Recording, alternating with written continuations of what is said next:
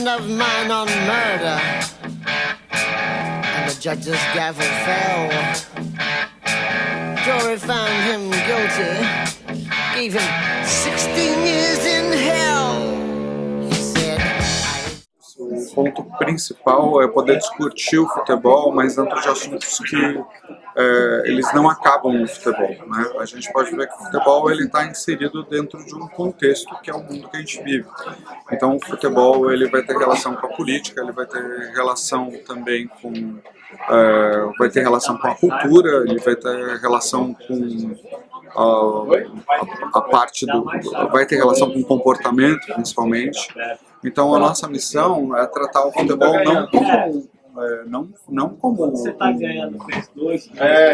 um objeto à parte, sabe? O futebol ele não vive separadamente assim das outras coisas da sociedade. O futebol ele está sempre inserido dentro de diversas manifestações. Então o objetivo da Placar é mostrar que o futebol não acaba em si. Que a gente é uma revista que trata de assuntos quentes, mas nossa periodicidade é mensal.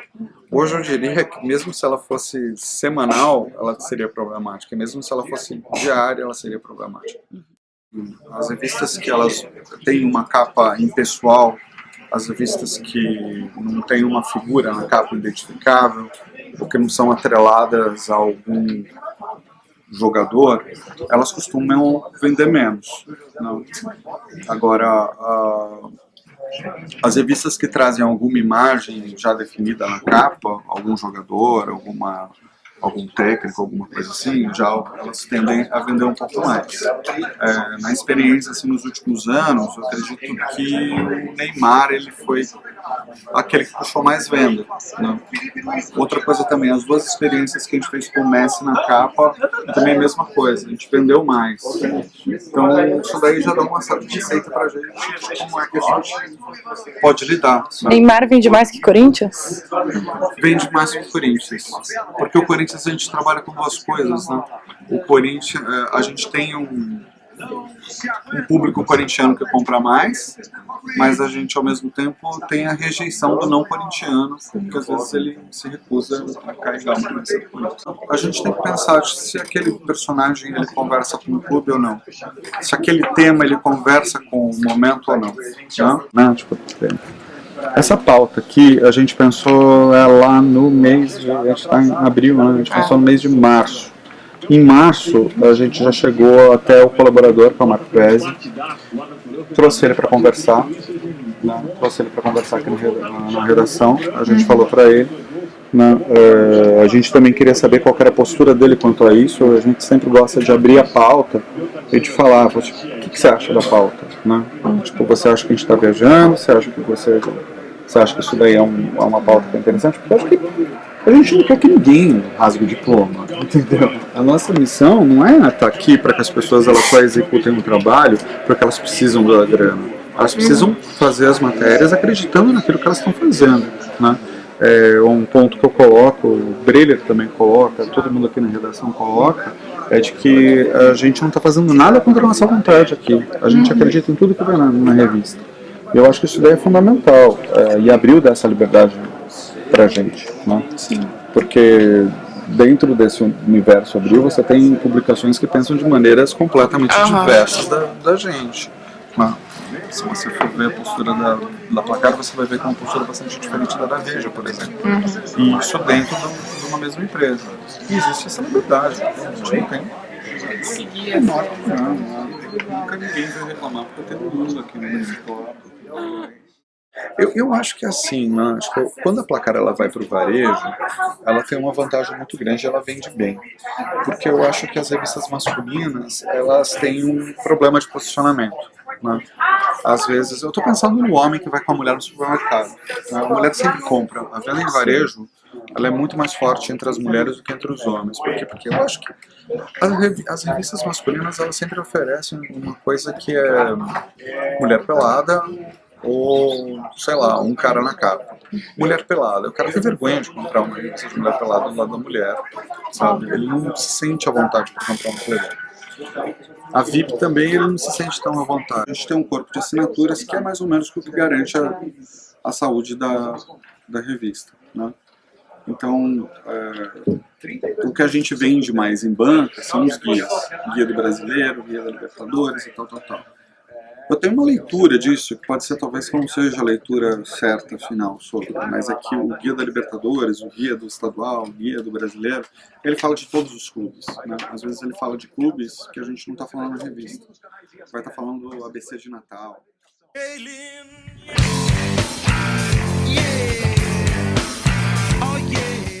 Acho que ela apresenta um diferencial muito grande em relação às outras revistas do segmento esportivo. Então ela tem uma narrativa mais bem cuidada, matérias um tanto quanto mais longas do que os demais, ela se aprofunda mais nas temáticas. Acho que isso já é um grande diferencial. Eu acho que mais do que do ponto de vista do marketing, eu acho que o que ela pode melhorar é do ponto de vista da comunicação, o P de promoção do marketing, e mostrar para os seus públicos esse diferencial. Eu acho que construir a marca dela em cima desse diferencial, para que o público que já consome e o público que não consome perceba a revista como uma alternativa diferente ao que é veiculado hoje no segmento esportivo. Eu acho que quando você deixa claro para o seu público que o seu posicionamento, deixar claro para o seu público o seu conceito estratégico, que é: poxa, nós somos diferentes, a revista impressa é diferente de tudo que você encontra por aí. Você tem um aprofundamento melhor, uma qualidade gráfica melhor, um cuidado estético maior. Eu acho que se você vender essa ideia para o seu público, você tem um diferencial em relação à internet. É mostrar que, poxa, nós somos especiais. Nesse sentido, um plano de comunicação bem feito, com ações voltadas especificamente, com cuidado especial para determinados stakeholders, bem-vindo. Infelizmente, né, quando a gente fala de esporte no Brasil, a gente está praticamente falando aí de 80% de futebol, de conteúdo de futebol. Futebol, infelizmente, ele domina muito o cenário do jornalismo esportivo, na questão de espaço mesmo, assim, né? Os 20% restantes acabam ficando para os outros esportes. E a Placar, ela tem essa percepção. Então ela acabou focando isso, né? Todo o cenário dela, o foco do público dela é de produção de conteúdo de futebol, mas nem sempre foi assim, né? Ela em algum tempo já da vida dela, da Placar, ela já produziu conteúdo para outros esportes, mas não que tenha sido uma divisão aí igual. Sempre teve como prioridade o futebol. Bom, a Placar, ela já passou por várias fases, né? Então, assim, e é engraçado que, assim, em cada fase dela, a gente conseguia perceber esses diferenciais. Então, assim, né, na década de 80, ela já foi uma revista muito focada no jornalismo investigativo, esportivo, coisa rara hoje em dia. Praticamente a gente não vê isso. Então a Placar, ela teve nessa época assim, reportagens célebres, né, de denúncia mesmo, do lado podre do futebol. Infelizmente isso não chama patrocinadores, né? E teve uma pressão muito grande aí da própria direção da Abril para mudar esse tipo de conteúdo. Então, aí, logo depois da Copa de 84, e aí a Placar é muito dessas assim também, de venda, né, a explosão de vendas na época de Copa do Mundo. É claro, uma revista de esportes, de futebol, né, não poderia ser diferente. Olha, nós vivemos um mundo extremamente imagético, né? A Placar teve grandes fotógrafos, teve grandes editores. Eu acho que um dos últimos editores fantásticos que a Placar teve foi o Manuel Mota, um grande repórter fotográfico. Ela sempre teve bons profissionais. O Pedro Martinelli foi da Placar. Então, ela sempre teve bons profissionais. Eu acho que a Abril em si ainda continua tendo alguns bons profissionais e eu acho que tem que se investir nisso, né?